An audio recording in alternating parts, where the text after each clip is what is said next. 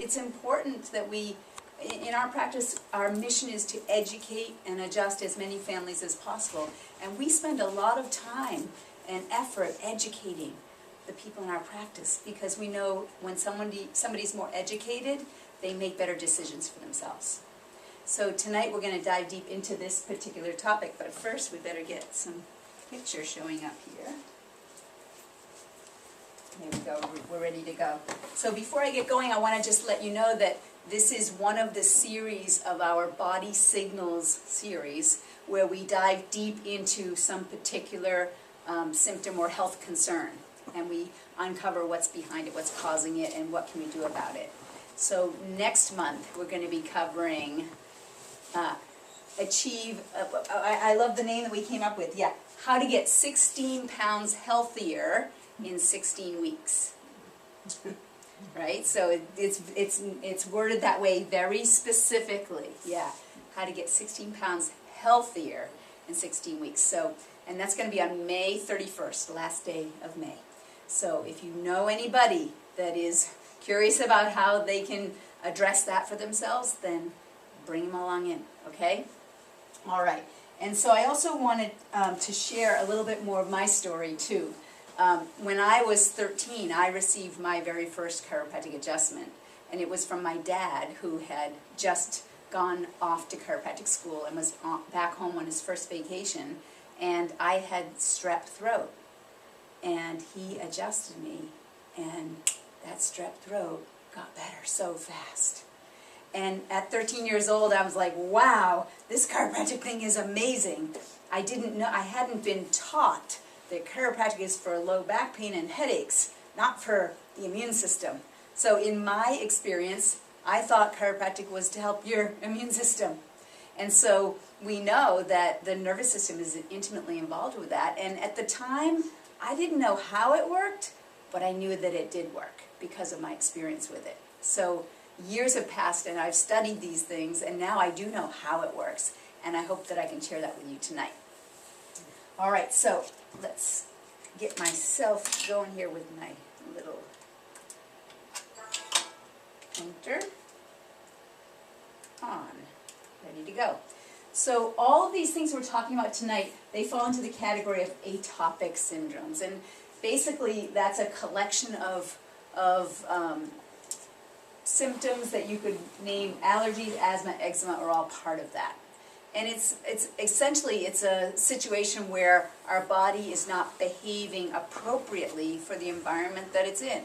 So that we're getting triggered by things that someone right next to us, it's not happening to them. What's going on here? So it's some sort of inappropriate response to our environment. That's what's going on here. And so when we look at that, we want to understand what's going on. And also notice that this word body signals is what we're using as the theme for all of our talks. And the reason is because many times when we think of a sign or a symptom, we'll think of that as the problem. And then anything that we can do to just address that problem so that that symptom goes away must be the thing that was needed. We call symptoms body signals because our bodies are smart, and it's a signal that our body is communicating to us that we need to make some sort of change.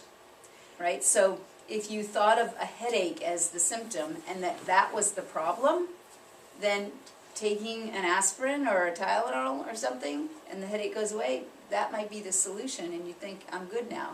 But if you understood that the headache was a signal to pay attention, to make a change, then you might think, wait a minute, do I have a deficiency of aspirin? Is that the change I need to make? Right? Probably not. And what we find is that if we're just addressing the problem as though it's just that symptom, that surface thing that's showing up, and we just need to get rid of that, then we may end up feeling better as we're actually getting worse. So let's lay some foundational rules here so everything else is going to make more sense to you. So the ground rules are first, that our bodies were designed to be healthy. They were designed to be healthy, right? I mean, whether you're talking about from that first moment of a sperm and an egg cell bumping into each other, right? And then that whole developmental process and the intelligence in that process that grew you from 2 half cells, and then 16 years later you're taking SATs, right? Like all of that brilliance that happens there, and part of it is this design to be healthy.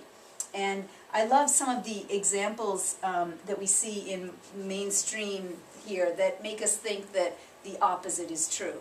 Like almost every commercial, right?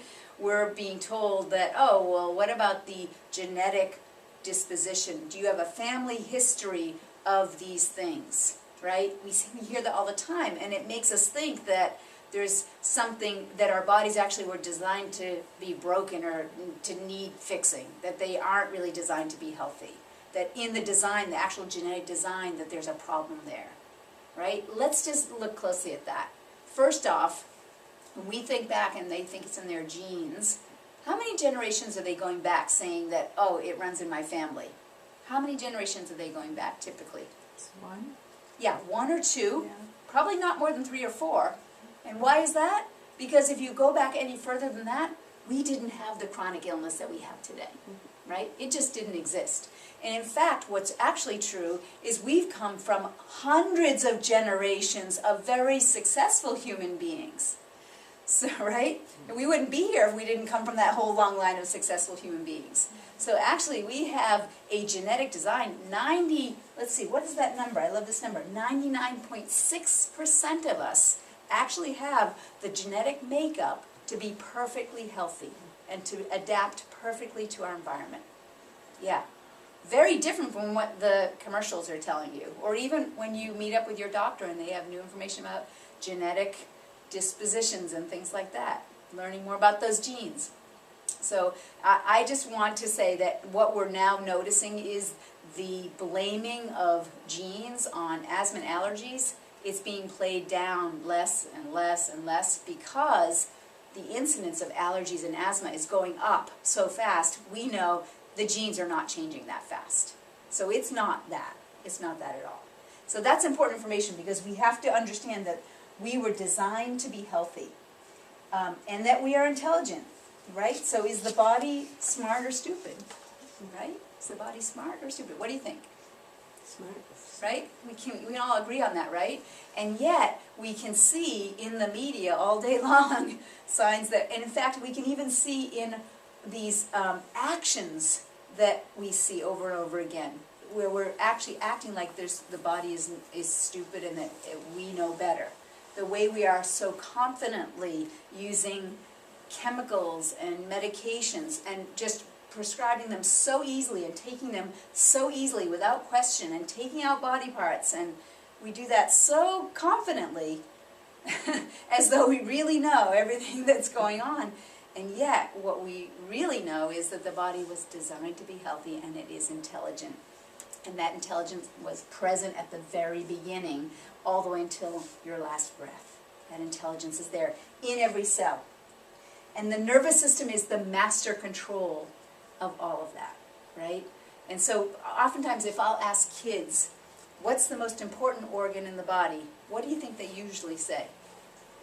They don't actually usually say the brain. You're in this practice, so you already know that that's the right answer. But what do you think most people say when you ask them?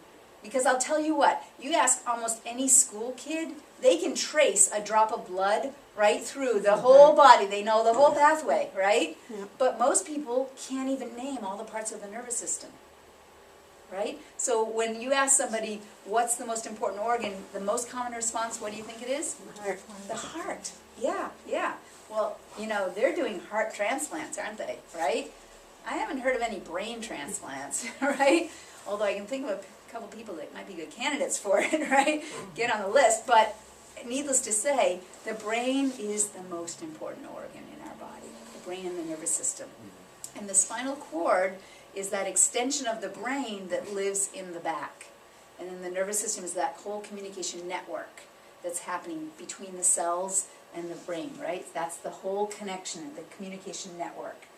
So the brain is sending the messages, the nervous system is communicating all of that, and it turns out then that our spine is our lifeline between those messages going back and forth, back and forth.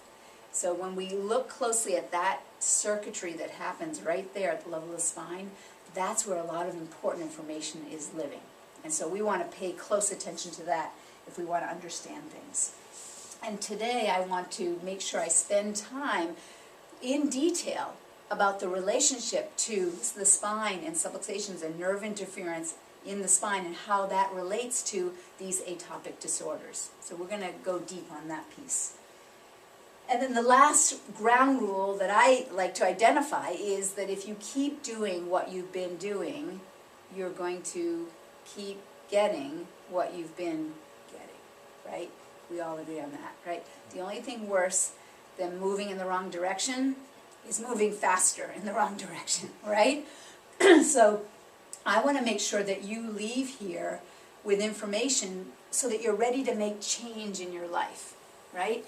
I'm not home with my daughter right now enjoying the first real spring, summer day. I'm here with you, not because I want to entertain you, but because I want to have change happen. I want behavior to change.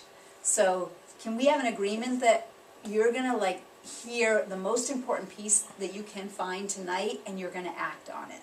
Because otherwise, I'm wasting your time. Even if it's entertaining, I'm wasting your time, and I don't want to waste your time. All right? Can we all agree to that? Mm-hmm. Okay. All right. So I'm going to now use a story. Once upon a time, there were 3 frogs sitting on a log. One of the frogs decided to jump off. How many frogs are on the log now? 2. Did I click it? Did it move? It moved. Yeah. How many are on the log? 3! Wait, I don't get it. What happened to the math there, right? There's a difference between deciding to jump and actually jumping. Right? How many times have we decided we're going to do this thing, and the next thing you know, we're still stuck in all of our same habits, right? Right? So please recognize we have a culture that pushes us to default to a lifestyle that is creating sick, chronically sick human beings. We have a culture that is engineered unnaturally, unhealthily to push people in that direction. So if we are not actively engaged in making conscious decisions for our lifestyle, we're going to be pulled into that current that happens in our culture. So standing strong and making a conscious choice and sticking to it and finding the things you need to do to support yourself to keep making those choices is really important if you don't want what the average American is getting. Okay, fair enough? Okay, all right. So, again, body signals, they are the ways that the body is asking for help. If our body is so smart, it's that it wants to communicate with us. And so when it's communicating with us, we should be listening to it, right? And so here's the thing with these body signals is oftentimes they are a signal that something worse is actually going on than what you're feeling. It's just there to wake you up and get your attention, right? So, anybody here have any kids? Anybody have kids here? Grandkids. Grandkids, there you go, even that, all right? So let's say that little grandkid starts tugging on your grandma. If you don't turn around and pay attention, what do you need, right? Grandma, right? And then it gets louder and there's a scream, right? So our body signals tend to happen that same way. Like there's a little message, a little one, and a little one, and if we don't pay attention, it's going to get louder and louder. Now, okay, I know when you have an accident or an injury or a trauma, in that moment, yeah, the symptom shows up right away, right? I get that. But most of the time, especially around these atopic disorders, as an example, the categories of chronic illness, there have been signals that were coming that we just didn't pay attention to. We either didn't know or we were programmed to think that, oh, that's just the way it is, right? And then what happens is then people go into this default model of ours, and the next thing you know, they're going from pill to pill to pill, feeling better as they're getting worse, right? So here's an example. There was a fellow that was under regular care with my mentor, and he was feeling better, and then his knee started to hurt, and it wasn't going away. He was getting adjusted, and it wasn't going away. It wasn't going away. And so then he said, oh, it's not working, right? And so he stops and he goes and he gets some painkillers for it. Oh, now it's feeling better. And then he didn't come in, and he had a heart attack. And I don't know if that's related, but I can tell you that it's possible that was the signal for him to stay under care. And if it wasn't going away, there was a reason. Do you see? And I'll never forget that story when I first heard it. It was kind of the first time that I got this idea of body signals and to pay attention and honor them, right?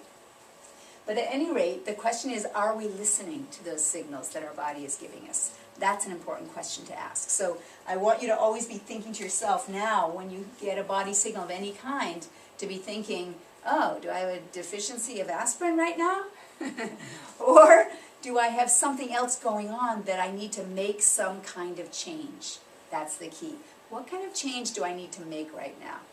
Either what's missing that's essential, or what's toxic and overloading me? That's usually those are the best questions to ask. All right. And the other question to ask too is, what is your objective?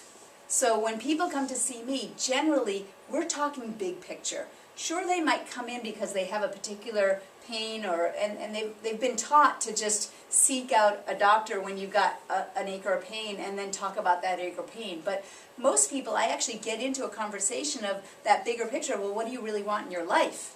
Like, how is this pain interfering with your life? How is this asthma or allergies? How is it interfering with your life? What do you want for your life? And the answer is usually, I want to be healthier and stronger and independent and not a burden to anybody for as long as possible. I want to be enjoying my life. I want to have a great quality of life. That's what they really want. So if that's true, then when someone comes in, if they had a headache and we gave them an aspirin and the headache went away, that's not making them healthier and stronger and independent and great quality of life for the rest of their life. Do you see? So when I want to answer that question of what do we do about this body signal, I want to ask that bigger question of what do you want? If all you want is that headache to go away and that's really all you want, I might not be the right doctor for you. And so there's plenty other, it's all out there of folks that address it that way. But if you're looking for healthier, stronger, and in the process of drilling down in and addressing these particular concerns as well, but doing that in the healthiest way, then that's the way I like to work with people. All right. And I think one of the most dangerous beliefs is that drugs work. That's a dangerous belief, that drugs work. Because actually they do in what they are doing, right? They do take pain away. They do stop the drip. They do open up the lungs. But it was Dr. Marcia Angel. I always don't know how to pronounce her name. It's either Angel or Angle. At any rate, she was the editor of the New England Journal of Medicine for over 20 years. Imagine the research that passed in front of her, right? And she said, you can never medicate your way out of a situation you behaved your way into. You'll just feel better as you're getting worse, right? Words of wisdom there, right? All right. So I like to look at this idea of health as a range rather than a one situation. And so if we look at this continuum, this illness-wellness continuum, the neutral point is where there's no particular signs or symptoms. Nothing's really going on. No alarm bells going off. No alerts. And we have this whole range here of the highest level of wellness and function, robustness, and then we have this direction where we're hitting death at the end of it, early death. So the first thing we need to know is that symptoms are actually helping to tell us what direction we're headed. So if we're up at this higher level and we start to get an alert, a body signal, it's there to tell us, oh, you might be moving away from health right now. So what do you want to do about that? And when by the time the symptom shows up and we start to move in this direction, that treatment paradigm, if we get caught into that, we might actually feel better as our function is actually continuing to get less and less. Does that make sense? So I think it's important to look at that and then to realize that we want to learn how to speak body. We want to learn the language of the body. What is the body telling us? So one simple way to look at that is, for example, in our culture, we live in a very inflammatory culture. So if we get a body signal that's showing up, That's one thing it's telling us is we've just increased the inflammation in our body, right? If we get that body signal. And if that body signal turns down and goes away, we just decrease that inflammation. So now we want to start paying attention to what did we do? Whichever direction we were going, what did we do?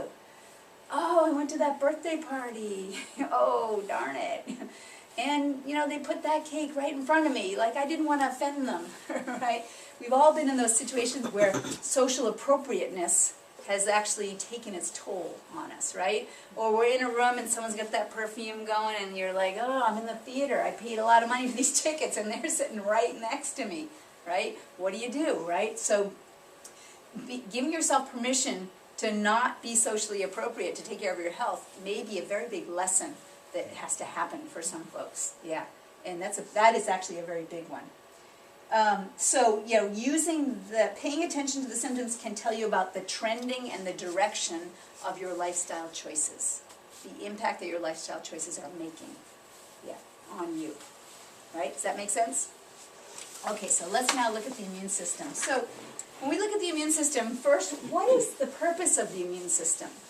The purpose of the immune system is to work very intimately with the nervous system to allow us to be ready to easily adapt to our environment, to be readily and easily adaptable to our environment.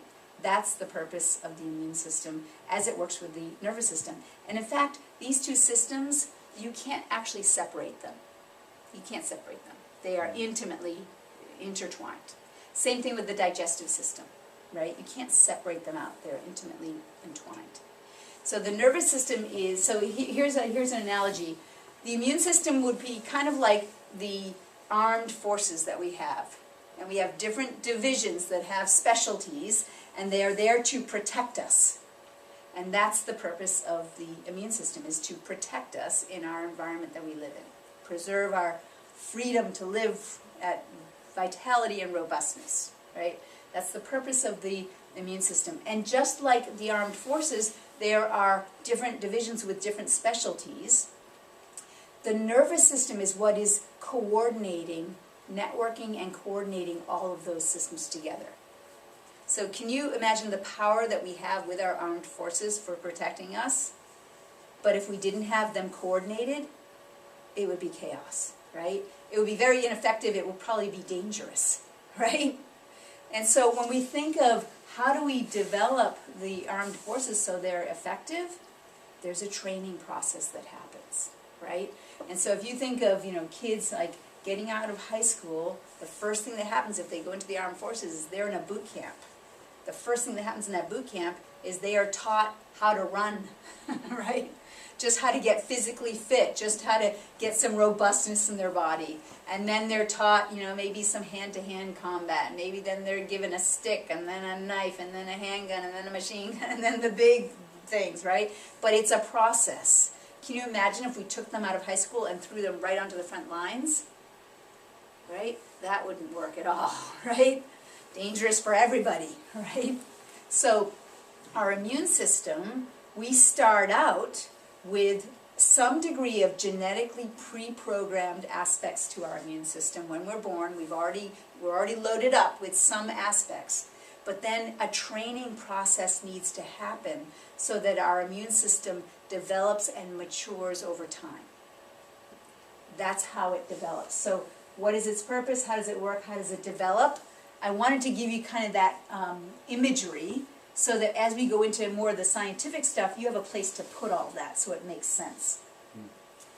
You know, it's complex. There are chemical and reflexive and neurological reactions and responses that happen in the immune system all the time.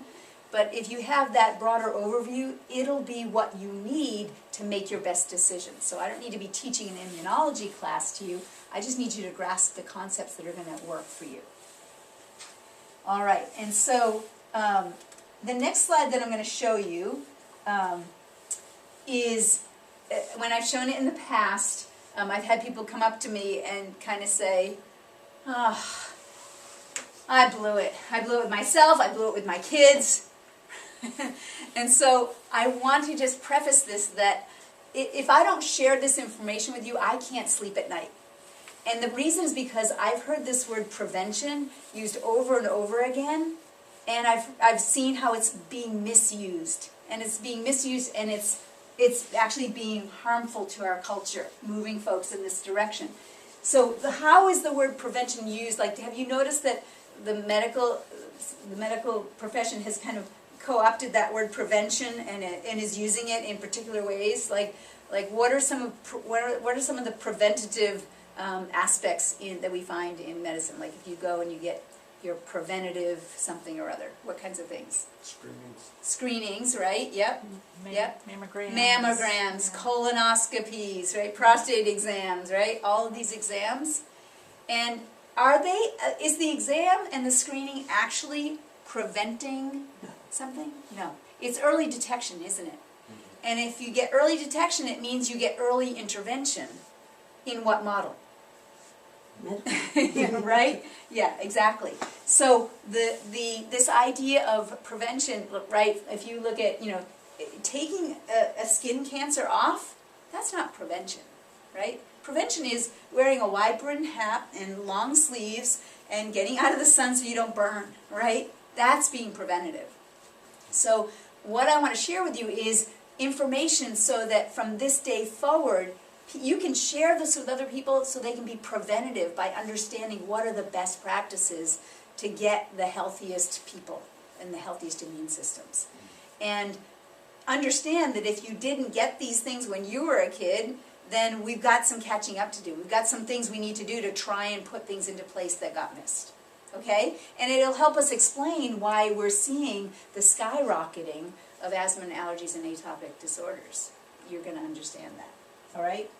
So, and so what I really want you to get from this is this amazing system that we have and the way it is so magnificently designed to take traits in our physiology and to create actually a legacy that is passed down from mother to child, to allow that child then to blossom out and grow strong and then carry it forward for the next generation, right?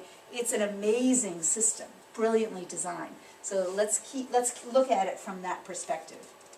Okay, so natural development. So if you think of, remember we talked about the boot camp, right? So this is the boot camp that we want babies to go through in training their immune systems. And remember, we were born genetically pre-programmed physiologically, but we have to go through that development and training process in order for that immune system to mature. All right, does that make sense? All right, so first, let's talk about vaginal delivery. Anybody here been present for a vaginal delivery besides your own? Okay, so a couple of you. I'll tell you, if you haven't, it's messy, right? It is messy, yeah.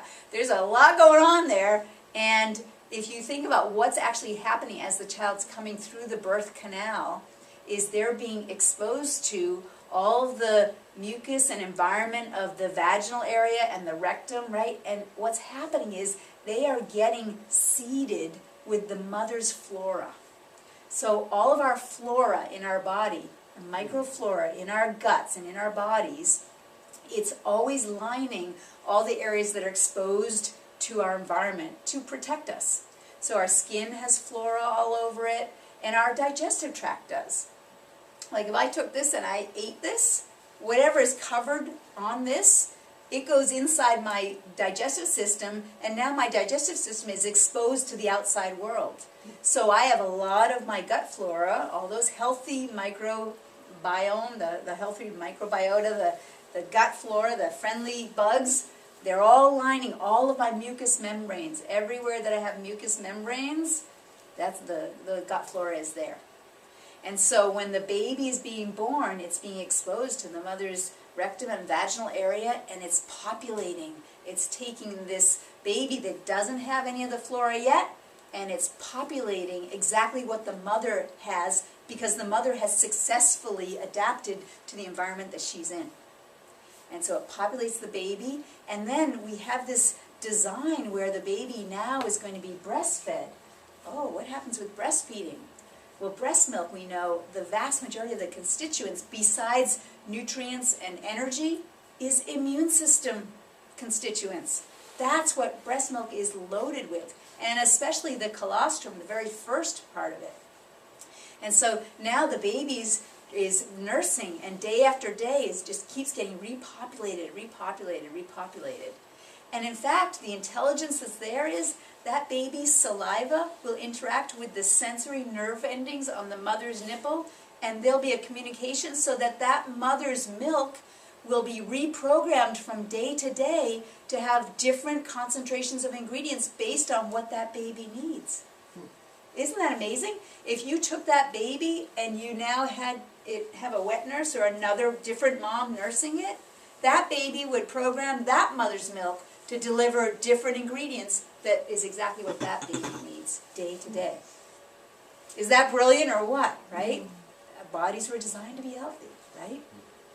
So breastfeeding helps to, again, keep training that nervous system. And then in a healthy, loving home, what are we going to see? We're going to see that baby slowly and incrementally and safely introduced to concentric circles out further and further and further into the community. So from mama's belly and breast to now the bedroom, now the kitchen, now the siblings, now the pets, then out in the garden, then in the school. And as that happens in a very safe and controlled way, that baby is getting exposed and getting trained and going through this boot camp where its immune system just keeps getting exposed and it responds. It readily and easily responds, and it readily and easily responds. And that's happening over and over, and that's the boot camp, the training that's happening. And childhood illnesses, that's part of the boot camp. That is part of it, for the baby to actually go through an experience of, oh, here comes a microorganism that I have to do something different with this one. And I'm going to create a fever to deal with this one. Oh, now my body knows how to do that. There's a motto that says 103 by 3. And that motto means that every child needs to experience a 103-degree fever by the time they're 3 years old in order for their nervous system and their immune system to become coordinated so that for the rest of their life they have an efficiently working nervous system. What's the first thing that most mothers in our culture are taught to do when their baby has a fever? Do something to bring it down. Do something to bring it down, right? And yet pretty much every mother that I talk to, they understand, yeah, fevers are good. What's the purpose of a fever? Oh, it's to address something that's going on. Okay, so when the baby has the fever, what do? Bring it down. Why? It's just what you do. Like, that's their answer. Like, that's just what you do, right? We've been programmed in our culture by the commercials, right? Bring it down. What is a high fever? What do you think? What temperature? For a baby or for a person? Over 106, Let's just say for if I anybody, remember but correctly. yeah, so when it gets up 105 and above is considered high fever, right? 98.6 is our normal, right? When you start to get up to, I think it's up to 100 and, what is it? I have my notes here. Yeah, 102.9 or less is a low fever. Once it hits 103 up to 104.9, that's considered moderate. 105 and above is high fever. Yeah. Now, I also learned, actually from a pediatrician's website, believe it or not, that it's impossible for our bodies to generate a high enough fever to actually harm us in a natural setting. Like, I don't mean you're locked in a car on a hot day, you can't get out and your temperature goes up. That's dangerous, right? But other than that, if we manage it properly and stay well hydrated, right, it's actually impossible to have damage. It can be scary. There can be things like febrile seizures and that kind of thing. That can be scary, but not necessarily damaging. So interesting, isn't it? Right? And so that fever is playing a very important role because it's part of the boot camp. Right? And yet, what we're finding, and that the fever and the teething, all that is part of that training process for the immune system to get strong and robust so that it is ready to do whatever it takes as that body grows. And the thing about the teething too, I want to mention that specifically. So what happens when they're teething? The teeth are piercing through the gum, Maybe there's even a little bit of blood as it comes through, but the gum is opening up, right? And then what is it that those kids do when they run across something on the floor? What do? And especially when they're teething right into the mouth. Well, that's a really good way to get some of these microorganisms right into your bloodstream. Check that out. What are you going to do about that now? Figure that one out. Do you see? Goes right into the bloodstream. And then they do figure it out, right? And what are the things that we always see happening with kids? We see the runny noses, we see the, the ears light up, the throat, the eyes get all gunky, right? We see all that happening. That's all the boot camp training that's happening. Yeah. So, and does it mean that there should never be any intervention? No. Sometimes intervention is appropriate. Absolutely. Sometimes it's appropriate. At the levels that we are intervening with it, absolutely not. Right? Yeah, that's important to recognize that. Okay. So, let's look at, this is the natural development, let's now look at the unnatural development. What is it that's happening in our culture that is creating this huge surge of these atopic disorders? So C-section. C-section would be one example. Because what happens with a C-section? Are you getting to get all that flora? Nope. Nope. You don't get any of it, right? In fact, you're popped out and you're kept in this pretty sterile environment, right? In the hospital, right? Yeah, right? And so, are there times when C-sections need to happen? Absolutely. At the rate that we're doing it, what's the current rate? And again, it changes from community to community, but 37% of all births in our country are C-sections these days. Yeah, it should be more like 94% of natural births and, a few that are true emergencies, yeah. So it's a problem. Yeah, because a lot of the doctors back, I'm talking 37 years ago, if you had a C-section for your first one, it was automatic C-section for any. Yep. And now we do know that there are plenty of women that are getting the VBACs where they're able to do a natural birth after a C-section. Yeah, so taking their power back. Yeah. All right, then what's the other thing that's happening in our culture? Formula fed, right? So instead of getting 2 or 3 years of breastfeeding with all the immune system development that could happen with that, what are we getting? If we're lucky, we're getting 2 or 3 weeks, right? 2 or 3 months, oh, that'd be great, right? But we're getting, so formula fed has actually been reaching dangerous, scary crisis proportions, but it's starting to turn now. It's starting to come back. Breastfeeding is starting to come back. And then we get interference that's happening. So, the baby's trying to exercise that immune system, trying to have that fever, and then, oh, what happened? Got that baby Tylenol, like, oh, the fever is coming down. Like, oh, I can just imagine that immune system saying, oh, darn, we're about to really exercise that, and oh, robbed again, right? So the interferences occur, and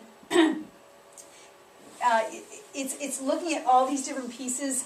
We definitely find that there is a higher incidence of asthma when antibiotics are introduced before the first year of life. So if antibiotics are introduced before the first birthday, there's a much higher incidence of asthma. So when I talk about the interference of medications, that's what I mean by that. Like, we literally have the research showing that now. Yeah. Not just clinical experience, but we're noticing that. All right, and then there's this category of vaccination. And so, there's a whole philosophical discussion that can happen with this. That's not the purpose of tonight. But I will tell you that I am constantly asked about vaccination. And so I want to just talk about it at that physiological level of how does it relate to these atopic disorders. That's what I want to talk about. So with vaccination, what's happening is that children are, again, they're getting robbed of having these childhood illnesses where that's when the training was supposed to happen. And then what's happening after that is they don't have that robustness in their systems. And then we're seeing that increase. Also recognize, when I was a kid, the amount of vaccinations, I think there were 5 that we had. And that was like just if you were at the most advanced. When I was a kid. Whooping cough, smallpox, I forget the other thing. I was kind of in the in-between time, yeah. So, but nowadays, by the time a kid is 6 years old, it's something like 70. Yeah. Is that high? Yeah, It's unbelievable because of the repeated doses, the What's- boosters. Oh, okay, so they're vaccinating for the same thing multiple times in a series. Yeah, exactly, Huh. because they realized that the one shot didn't actually work to give them the lifelong immunity. But if they had had it naturally, they would have had the natural lifelong immunity, and they would have exercised their immune system in the process, developing and training it in the process. So again, it's another discussion to go into detail with it, but I just want to bring it in because if you look at how the increased amounts of vaccinations, the stacking and the earlier age to it, that combination is what seems to have a stronger link to that incidence that goes up. And it's a parallel, if you look at it on a graph, it's a parallel course, that the increase in asthma and atopic disorders goes up, parallel to the increase in the numbers of vaccinations. Yeah, and so I really want people to, what's that? Interesting. Did you say interesting? Yeah, I didn't realize that vaccinations have gotten this nuts. Yeah, yeah. I'm still operating under the impression that the primary vaccinations in youth are the big ones, the lethal stuff, smallpox, whooping cough, Yeah, other types of diseases that had a really high mortality rate in children. yeah, so check it out. How many people here had chickenpox when they were little? Yeah, we didn't vaccinate for that. Yeah, but that's one on the schedule right now. Yeah, Right. doesn't surprise me. Not lethal. Probably That one's not shouldn't lethal be. at all, right? It's No. annoying as all hell, but it's not lethal. That's right. And as annoying as it may be, I'll tell you what, all of the ways that we train the immune system, many of them can be annoying, inconvenient, uncomfortable, but extremely necessary. Yeah. Yeah, just like those guys at boot camp doing those push-ups and everything, those are uncomfortable to do, but they're push and push because it's building and building robustness. Yeah. But do the vaccinations for the high mortality diseases have value? That's not part of this conversation, but I'm glad you asked the question, because what I'm going to refer you to is a program that's actually coming up starting Wednesday night, and it's an online documentary series that's free, where they have interviewed 60 different experts from the whole range of the vaccine issue with all of its complexities. So you're going to hear both sides of the views, so you can make your best decisions for yourself and what makes sense for you. Yeah, and I highly encourage you to watch it because, as you said, you were not aware of the staggering increase. Yeah, like I will never take the flu vaccine because one, it's not guaranteed to actually prevent the flu because it's just their best guess of what strain's going to be going around, and two, the flu's not lethal as long as you actually take care of yourself while you have it. So obviously you've done further research to go beyond what the default message is in our culture, right? And so that's I what, fell at the tail end of the generation where they were only giving you like maybe 5 to 10 vaccines in youth.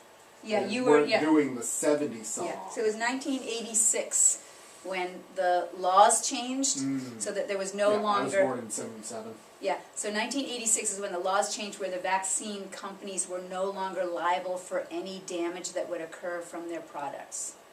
And after of that course, is when... to generate revenue, they Yeah, wanted exactly. more and more vaccines, whether Yeah. it was a great idea or not. Yeah, so that's one of the reasons why it's trended up, but you're going to get so much important information from this series that's coming up, so I highly recommend that you look at I it. should check that out. Yeah, and it's free to watch online, and you get 24 hours to watch whatever the ones are for that day, so you can figure out with your schedule.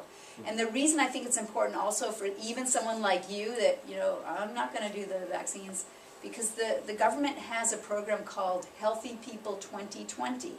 And in that program, one of the goals is that by 2020, everybody is fully vaccinated with whatever is on the recommended schedule. Yeah. And guess what? The flu is going to be on that schedule. Yep.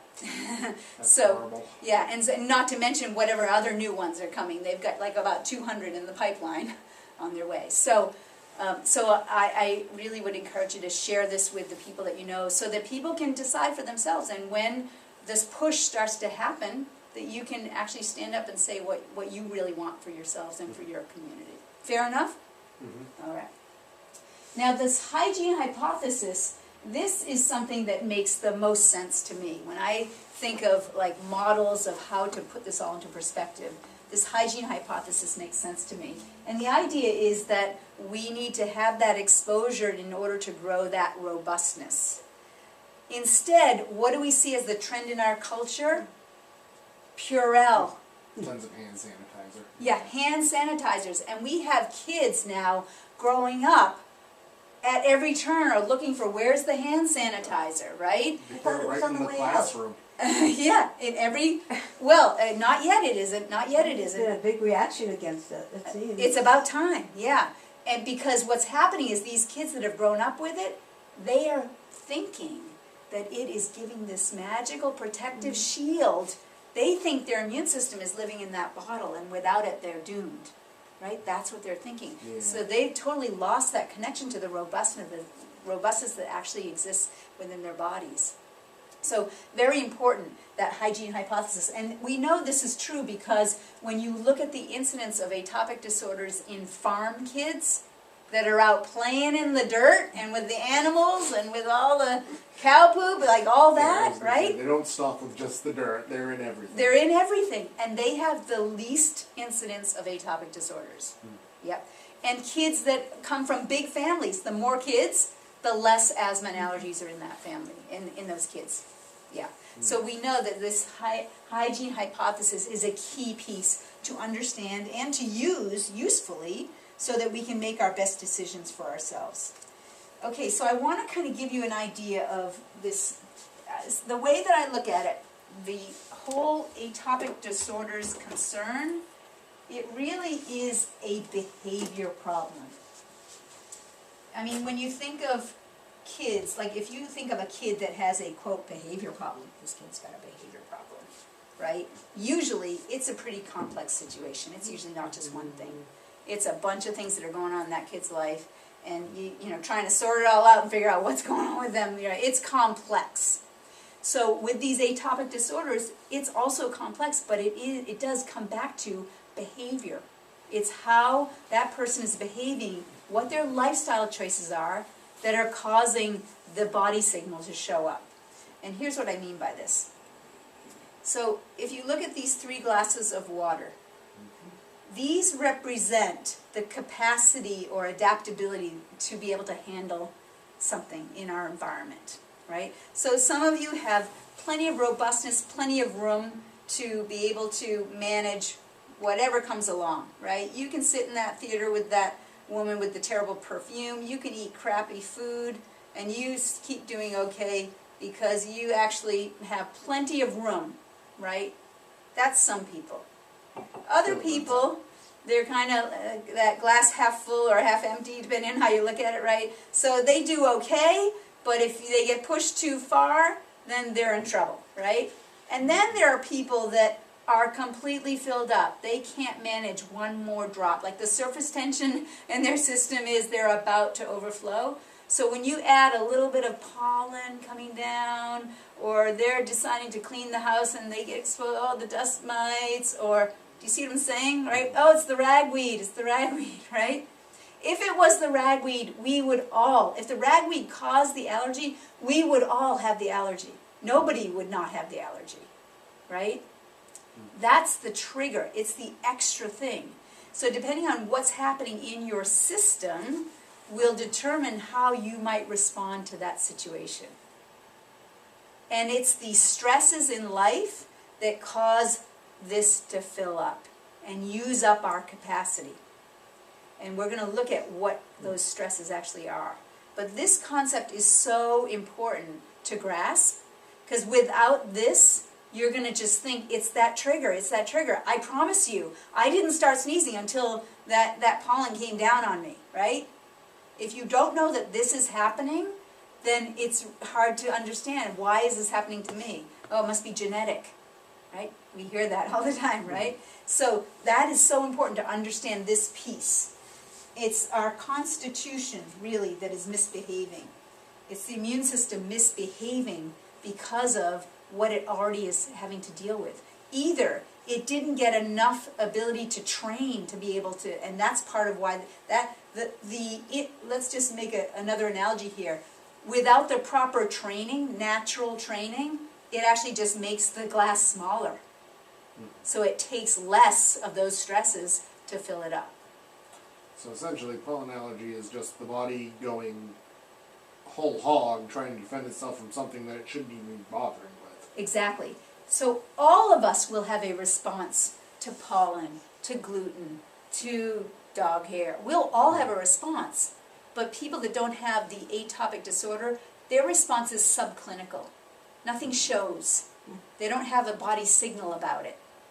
That's why the body signal is telling you something more important is going on that you need to pay attention to, right? Sneezes are bothersome, but if you're getting an allergic response, it's a sign of this in your body. This is what I mean by speaking body language, paying attention to the signals. And so if you had this, and then you just took the, I wish I could just name those different sinus treatments and allergy treatments. What are they? Claritin. There you go. I knew somebody would know, right? Aleve. Yeah, right? So if What you were got the this, and you take the Claritin and the sinus relief, all of those things, right? You're not doing anything to change this. In fact, you're dumping more chemical stress onto the system. Feeling better as you may be getting worse, right? Does it make sense? Yes. Great. Okay. Yeah, we covered it all. So now let's look at what the stressors are. Toxins. We think about the last 4 generations and then before that. The amount of toxins we are exposed to has escalated, Is hasn't it? high. Yeah, it's escalated. And now it's not just the air that we breathe. Where else is it coming in? Our entire food system. That's right.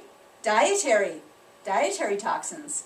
Everything from the GMOs in food that are destroying our gut flora, that then create the whole leaky gut, and now you're allergic, you're having dietary allergies because the leaky gut is letting those big chunks of food into the bloodstream, and the body says, wait, that doesn't look like an amino acid, that's a chunk of something, that shouldn't be here. And then we develop an immune response to that. So now we just take this thing that we should be able to just digest and deal with, and we have an allergic response to it instead.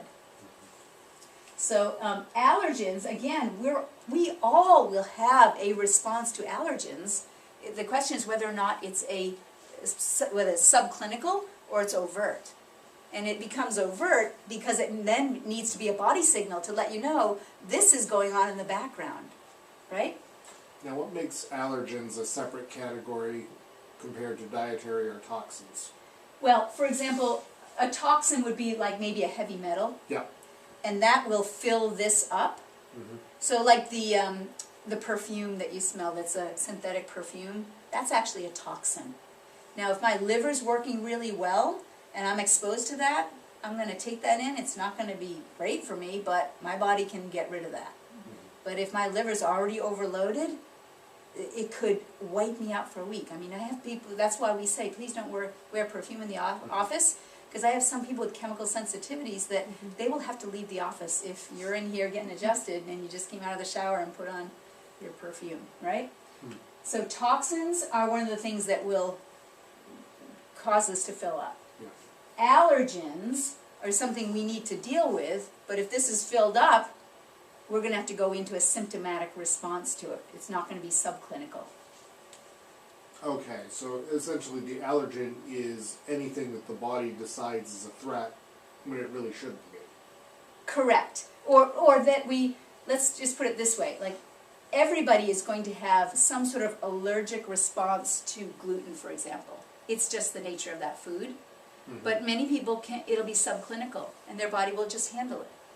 There'll be a little inflammatory response, their body will I guess handle it. the problem I'm having is because I know of such a broad range of allergens and they fit in a bunch of different buckets. Like You're right. pollen is not in the same bucket as milk. Yes. The word is But used they in a can very both be an allergen. Yeah, the word is used in a very broad way. Like the chemical sensitivity, people will use that word of I'm allergic to cigarette smoke. Yeah. It's an overreaction to it because you're already at capacity. Yeah. The immune system is But it's not misbehaving. inherently a property of the cigarette smoke. It's just how your body elects to react to Exactly. the presence of cigarette smoke. Exactly. Your body is misbehaving Yeah, the immune system is misbehaving. Yeah, it's a behavior problem. Yeah. Dietary, we all know about that, right? And then there's neurological. Now, yeah, so for example, I want to just mention dietary. There are certain foods that absolutely are mucus builders.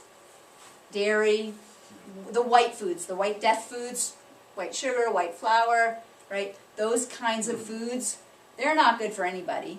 But for someone that has allergies to them, right, gluten sensitivities, all of that, they'll have more of a response to it. Yeah, okay. All right, and now let's look at neurological stressors.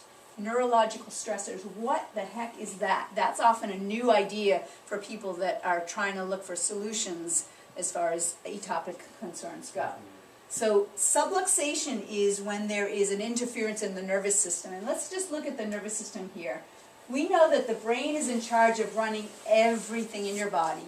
It sends the messages down the spinal cord out to the nerve roots to go to every cell. And as long as the message goes from the brain to the cell and back again without interference, you get to be healthy. And there's a whole map of the nervous system that happens where we know where each thing goes, right, and that messaging goes back and forth. If there's any interference in the nervous system, like a short circuit, whatever part of the body that nerve is in charge of controlling, we now would start to see a loss of function. Now, when that loss of function becomes symptomatic, becomes a body signal, that might be months or years. But the malfunction actually might be started already, right? When there's, like, we know that if you, like, did you guys ever play the game telephone? Right? So if the signal is coming through the nervous system, right? So I'm the brain, and Sherry, you are the spleen, which is an important immune system organ, right? So I'm sending the message through the nervous system, be a good spleen, be a good spleen, be a good spleen, be a good spleen. And you hear, be a good spleen. So you know I have jobs I do as the spleen. And when I get that signal from the brain, I know which jobs to do when and how much that's going to benefit the whole body, which means it's going to benefit me, right? Be a good spleen, off it goes, right? But if there's interference, a subluxation, here comes the message, be a good spleen, and by the time it gets to you, you hear, be a good, and you're like, what? What should I do? What was that? I don't know what to do, right? You're still going to do something, but it might not be the thing that's right for the body or for you. Now, the scientists tell us that if 3 weeks after the subluxation occurs, if we take a slice of the pancreas, of the spleen, and we look at it under a microscope, we will actually see pathological changes in that cell. That cell is becoming diseased within 3 weeks of a subluxation. How long before it becomes a diagnosed pathology? Again, maybe months or years. You might die of something else before that ever comes up. But they actually did autopsies back in the, I don't know if it was the 1930s or 40s, something like that.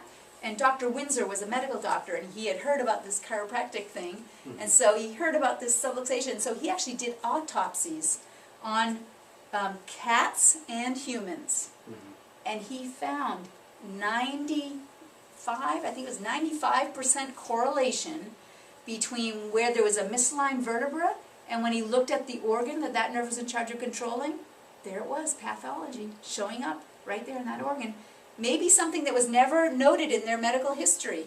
It was unknown. There it was. Even down to warts.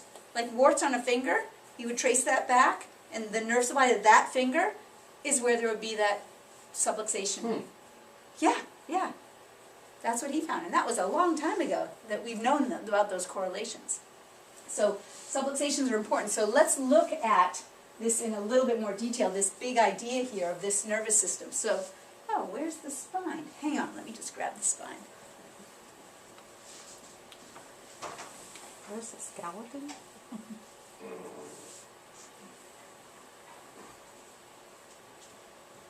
All right, so we've got our beautiful spine because the brain and the spinal cord are so important that they're the only system that is fully encased in bone. So we have a suit of armor that protects that spine, that central nervous system. And so from the front, we want a spine that is straight. Straight is strong, right?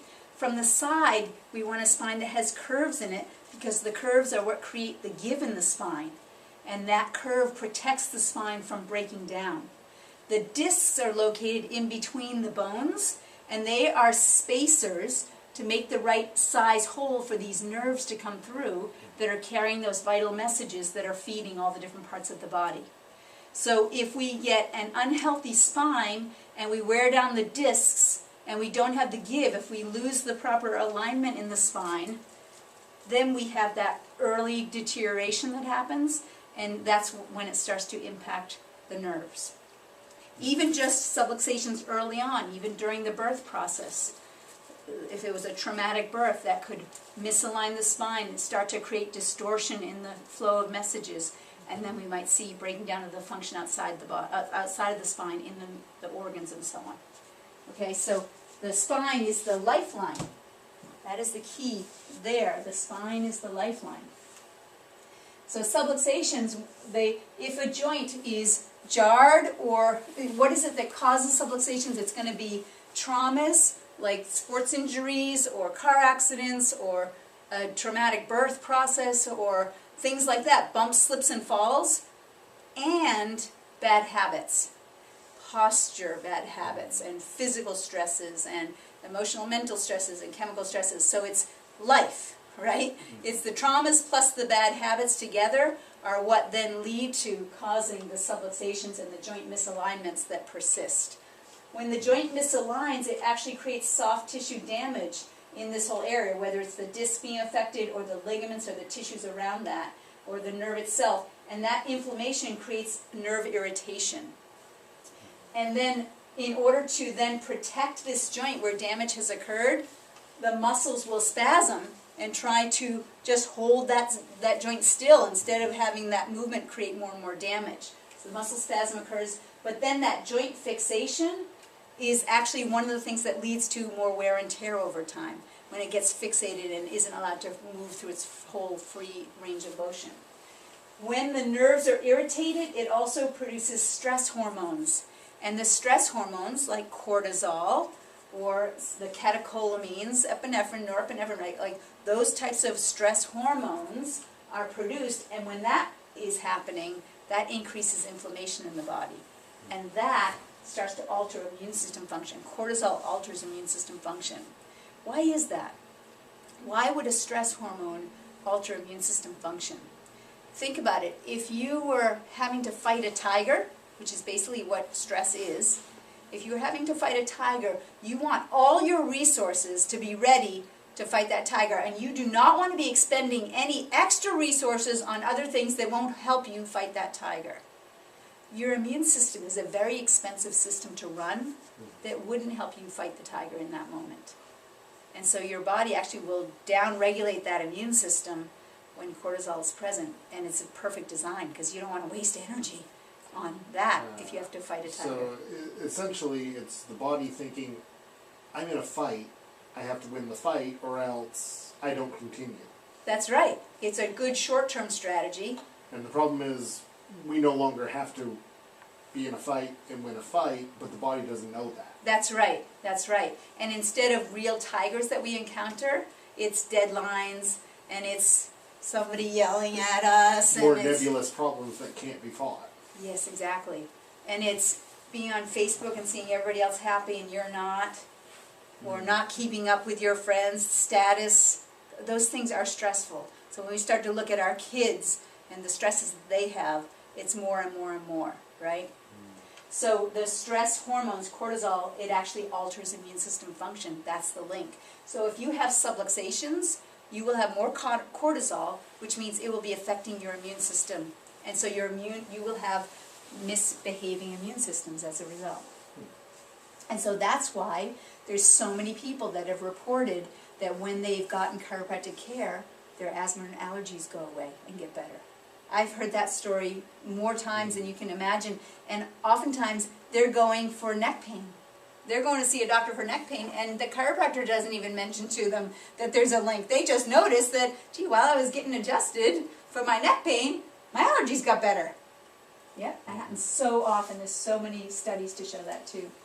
All right, so now let's get into the neurology part of it. So with allergies, what do we tend to find in the nervous system? Allergy problems, oftentimes we're going to find C2 and C6 and C7 as areas of common subluxation. Now, I wish I could tell you it was cookie cutter and that, you know, it's absolutely every time. I'll tell you that it's the very high chance that I'm going to find these pieces. So when someone comes in complaining of allergies, this is the, especially kind of the sinusy types of ones, I'm going to go right to C2 and see if I find something. And sure enough, most of the time I do. So C2 right here, if you put your hand on the back of your neck at the very bottom of your skull and you feel a bump right there, that's C2. It's this big one right here. It's this big one right here that sticks out. That's C2 right there, yeah. So that's the one that when it misaligns, oftentimes it affects sinus function. And you'll get misbehaving sinuses as a result. C6 and C7, this is kind of the area that impacts the histamine response in the body. And so we oftentimes, of course, are going to correlate the allergies with the histamine response, and this is the part that would be tending to regulate that. All right? If we look at asthma, right? Oh my gosh, that increase in asthma. Now, I don't know if you guys remember, but when I was a kid in school, maybe there was one kid that had one of those inhaler things, like maybe one in the whole school, right? Nowadays, you know, kids are pulling out their, oh my gosh, they're pulling out their iPod out of one pocket and their puffer out of the other one, right? It's like pulling out car keys, right? And they call it the puffer, right? It's like they're normalizing it, making it a friendly name because so many kids have it. It's becoming normalized, right? So asthma, big problem, right? So let's look at what do we usually find with asthma. C1 and C2. Upper cervical is a very, very common area. And the vagus nerve comes right out of this very top part here. And it goes down and regulates all of the major organs right down to the large intestine. So this C1 and C2 is a key area. I'll never forget, I was, when I was a young chiropractor, before I had actually been in practice for very long, I was visiting lots of colleagues just to kind of get a feel for what are they doing.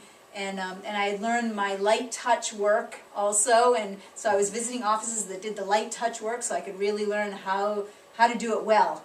And I remember being in a colleague's office, and he knew that I knew the technique and how to apply it. And so in comes this girl with exercise-induced asthma. Like, seriously, like really wheezing, right? And so she goes into the adjusting room, and he checks her out, and then he says, "Okay, Heather, just keep your finger on C1 right here." And so I kept my finger on that C1. I felt like the little boy with his finger in the dike there. Like, I'm not going to let go of this. But as I did, what I felt was, at first I was just sticking my finger there. Like, I didn't know what was going on. But I was right on C1. And then over time I could just feel this whole ease happen in the area. And her breathing slowed down. And what I was doing was helping her brain to normalize what was happening right at that area. Yeah, so that was powerful for me to learn that. So C1, C2, T5 to T9, that's kind of the adrenal area.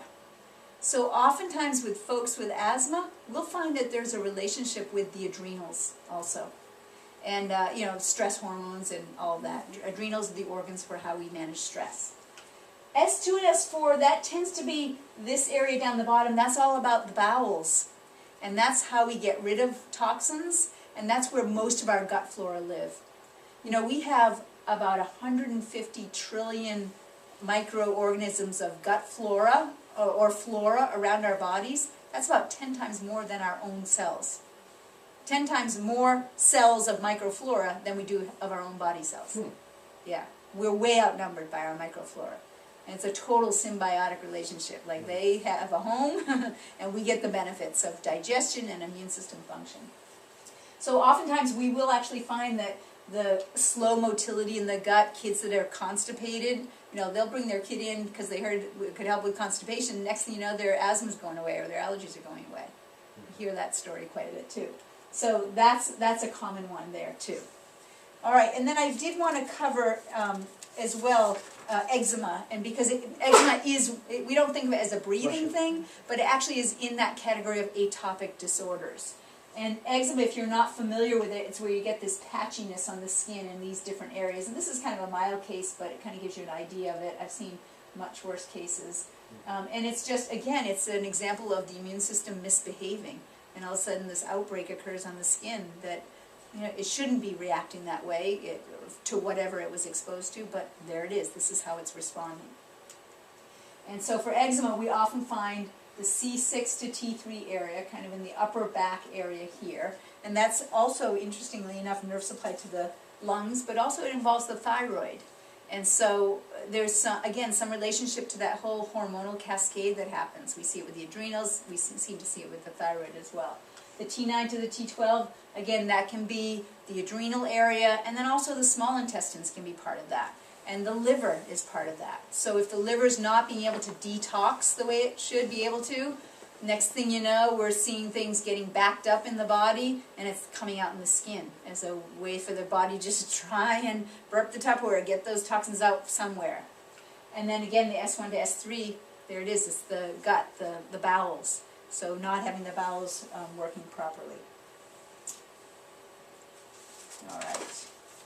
So the things that cause subluxations, bad habits, and they add together, right? So it's the, you know, there might be a car accident, but then it's, you add the stresses and the postures that we're seeing here. And boy, are we seeing this posture more and more and more, right? And even in our little kids, toddlers have got their little iPads and watching their movies, right? We're seeing it. So those are the things that cause the subluxations, life in our culture, pushing us along. Yeah. When I look around the cafeteria at lunchtime, everyone is eating and looking at their phone at the same time, and their phone is on the table. And I noticed that it affects everybody's posture as you're eating. There you go. Leaned over. Yeah, and so what's happening to their digestion too at that time, right? Yeah. All right. And so how do we correct subluxations? How do we do that? First off, adjustments happen in a rhythm. Healing happens in a rhythm. And we've got some retraining to do of the vertebrae so they get into alignment and they learn how to function healthily in their patterns. So adjustments in a rhythm. Breaking the bad habits. So all the bad habits that pile up and cause that reduction in capacity.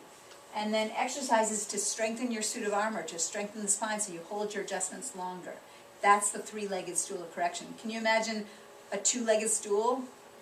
How stable is that, right? So don't I have people that say, oh no, I'm healthy, I don't need chiropractic, I don't have neck pain. And they're saying, no, I exercise and I eat right. I'm all set. I'm healthy. I exercise and I eat right. Right? But they don't understand that three-legged stool that's needed. So how do we know if we have a subluxation? There's objective criteria that we use. So visualizing posture would be one example of that, right? Would anybody like to volunteer so I can demonstrate it? All right, come on up.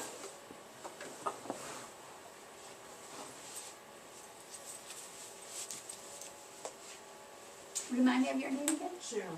Cheryl? Yeah. Okay, great. I've met you before. Yeah, okay. So Cheryl's just going to face this way.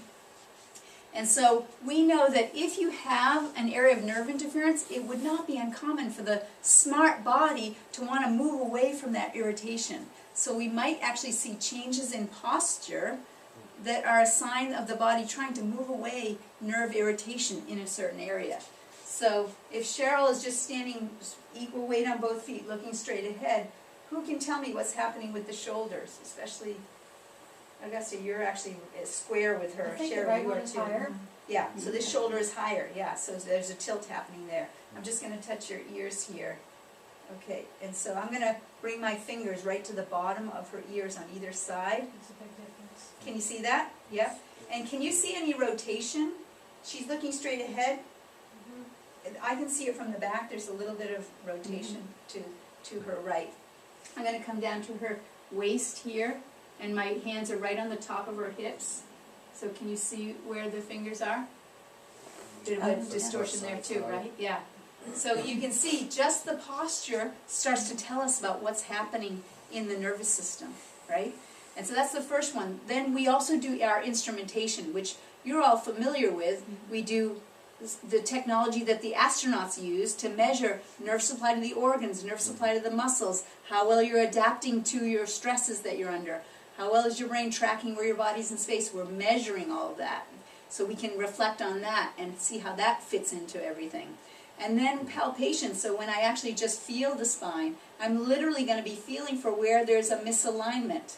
And it literally, there's an asymmetry that's there. So Cheryl, when I touch here, you feel it's kind of soft here. Mhm. Can you feel over here how it's not so soft? Mhm. Right, so that's an area where there would be misalignment. So I'm already picking that up. And so this is kind of that nerve supply to the sinuses. It's also one of the ones that can be related to get someone that's had a lot of stress at different points. So that would be an indicator. When I get people on the table, what's the first thing I do when I'm checking you?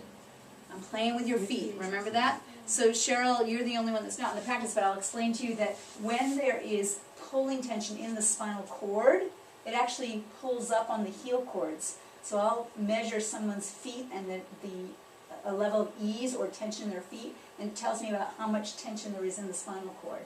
So that's one of the pieces that we look at too. And then another thing that I like to do to just reconfirm is to tune into her body's energy and let it talk to me, let it tell me some things too. So if I have you hold your arm up to the side here, I'm going to push down. Do you have any trouble with this shoulder? Off and on. Off and on? If I were to push down and have you resist, would that be okay right now? Okay, hold real strong. Ready? Hold. So that's good and strong, right? Is that okay to test it that way? Okay, I want you to take your left finger, and I want you to put it right there, exactly where we found where that short circuit, where that subluxation is. And let's see if her body is actually going to give us a signal that confirms what I suspect. So I'm going to push again. You hold strong. Ready? Hold. You feel that one weak? Okay, now keep your finger there. Now you're going to turn your head this way. And by turning your head, you're just for a moment taking some of the pressure off the nerve there. Let's just see if there's a change here. Hold real strong. Ready? Hold. Check that out. Can you feel how strong that got? Okay, look straight ahead again. Hold real strong. Ready? Hold. Wow, right? And you've all experienced that. You know how powerful that is to go through that experience. So this would be a classic pattern. So what I would say to someone like you is, let's check that more closely, right? Makes sense, right? Excellent. Thank you so much for being a volunteer. Now I wanted to also mention a couple other ways that I use these things. Is I also want to know about how do we need to break the bad habits and address taking these toxins out of the system, draining this so there's more capacity to manage things, because that's an important part. So getting a healthier nervous system, that's going to be one of it, and getting the spine stronger so that we get our results, that they last longer.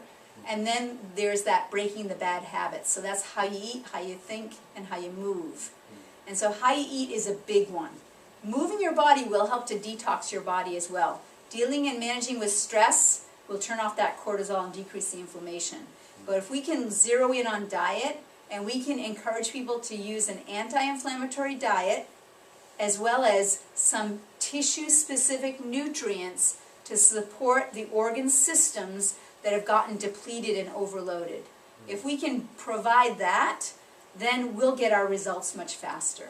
So we actually have different nutrients that correlate with the different organ systems that are affected with the different atopic disorders. So allergies have one set, eczema has another set, asthma has another set, and there's some overlap, of course, as well. So we'll actually use these nutrients, and we'll even test that person's physiology to make sure we're getting it exactly right for that person. Because everybody comes with a whole long history that's different with each individual. So we want to be very fine-tuned with it. And we don't want to waste people's time and money on nutrients that are not going to help. So we want to zero right in on the ones that are. So that's another part of our process of how we get our best results. And then there's a program that's called the Purification Program that I really like to encourage a lot of folks that have these atopic concerns. That's one of the fastest ways I know to just drain this glass. And it's a 21-day program where we use nutrients and diet and exercise to help, sweat, so you're getting toxins out that way.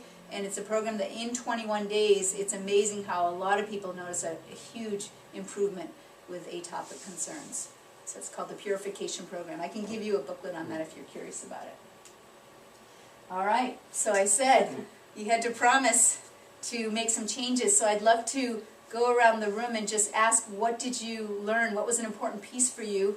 And what's your action step going to be as soon as you leave here? Like, what's the thing that you're going to like, okay, this is the thing I'm going to do. And I know I'm putting you on the spot, and you might digest and think about things and decide you're going to do something different, but I want to hear what was useful for you and what do you want to commit to. So, we'll start with you. It's what I don't want to commit to, and that's the purification diet. I mean, I eat very well, but, you know, I know that there are things that I eat that are inflammatory and that I love and that I think are healthy, and I have to stop thinking that way. Right on, yeah, because our culture oftentimes is part of that programming of, it's okay to eat this, it's healthy, it's organic, it's still inflammatory, right? Yeah, thank you for saying that. That's the key word, it seems, is inflammatory. Yeah, we really have to learn what those foods Yeah. are. Yeah, brilliant. And then we have to get it into our belief system so that when we make our decisions, it's coming from our belief, not just because the doctor said so, right? Yeah, good one. How about you, Augusta? I'm understanding more about the reaction that I've had on and off over the years to gluten, and from sometimes when I can't even tolerate, you know, a teaspoon of soy sauce, you know, for, you know, let alone, you know, some